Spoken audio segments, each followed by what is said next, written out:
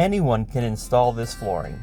In this video, we're going to show you just how easy it is to install our wide plank flooring using simple basic household tools so that you can take your bare subfloor and turn it into an amazing space in just a matter of hours. So let's get into what you'll need. First, you're going to need some touch-up stain. Most of our finishes require the Minwax Poly Shades Espresso to touch up the ends of the boards, fresh cuts, or any scratches. But some of our other finishes, like our carriage house for example, might require pecan finish. So double check with us first to make sure you're using the right one. You're going to need a standing sponge to sand away any splinters, and you're going to need some rags to rub on the stain, and some gloves to protect your hands. Most people install the floor using 1.5" crown staples right from Home Depot or Lowe's, face stapling it directly down.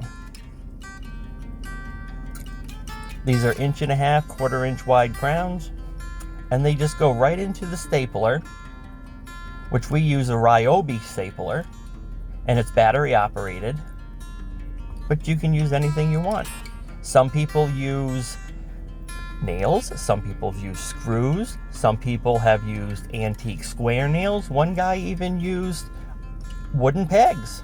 You're going to need a rubber mallet to tap your boards into place.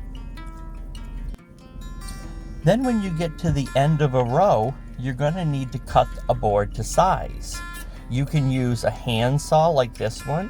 You can use a chop saw, miter saw, whatever you feel comfortable with using to cut the board. You're also going to need a jigsaw. Now this is going to come in handy when you have to make a little specialty cut around a pipe or around a door jamb or something like that. Then you're going to roll on one more coat of poly. We use the Minwax floor poly in satin. At this point, if you wanted to give your floor a little bit more of a shine, you can use the semi-gloss. Or if you're in a high traffic area, you could also use the commercial application. So let's get into how it's installed.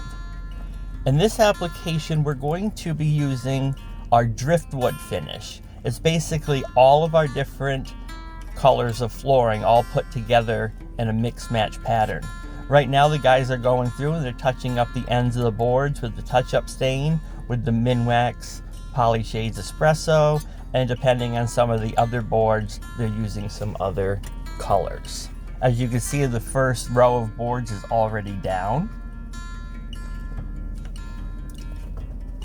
And now they're getting ready to put down the next row. So just use your rubber mallet and you're tapping them into place, and you're using a stapler to staple them down.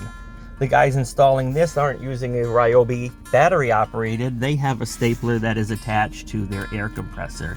So just face stapling them down. Don't worry about seeing the staples because you're never going to see them. They are so small and they just disappear into the character of the wood. Watch when we zoom in on it. You'll never even see these little tiny staples. The next thing when you get to the end of a row is you're going to have to measure the size of the board that you need. So measure the size,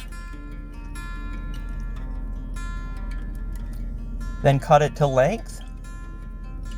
We're using a chop saw here, but again you can use any saw that you want to cut it to length.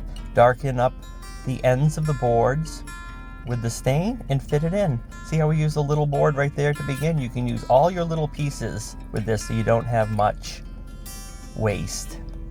Just keep working your way back and forth across the floor, zigzagging, rinse and repeat, and you'll end up with this.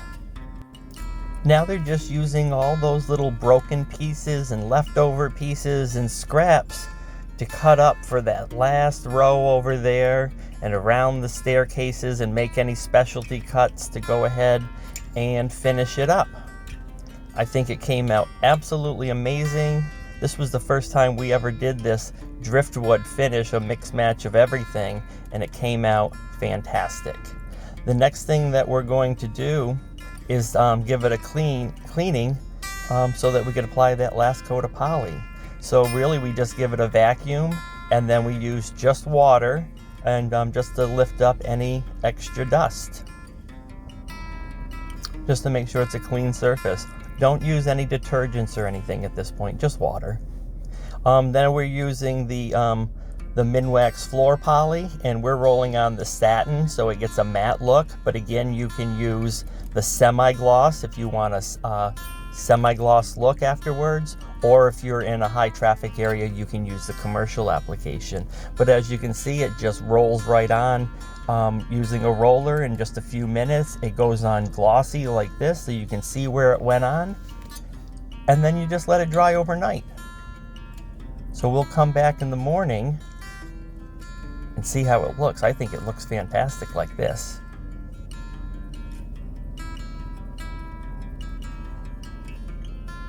All right, so here we are back in the morning, and it's dried to a matte finish, and it came out better than anticipated. It's absolutely beautiful. You can see all the little pieces that we used up, so there was very little waste on this. Everything came out even. That last coat of poly sealed in all the nooks and crannies. Everything's tapped in nice and tight. So as you can see, anybody can install this flooring. I'm going to finish off the video with a tour of our wood shop so you can see some orders that are in production and some orders that are ready to go out. This is our farmhouse finish and some chestnut over in the back.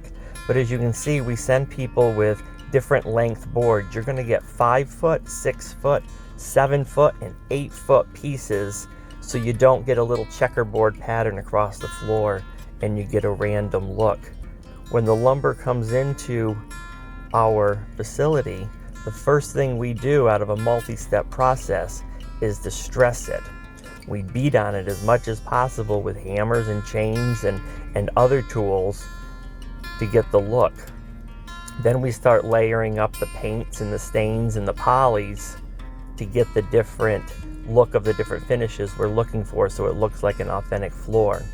But the more that we can distress these, the better that it looks. We can only do so much in the shop. So when you get this home, it's time for you to start distressing by dragging furniture across it, letting the kids loose on it, trampling it to death, beating on it if you want to. There's nothing you can do to hurt this flooring. Whack on it with a hammer if you want some extra character. But if you need some more information on how to install it, be sure to send me your questions. Thanks a lot, guys.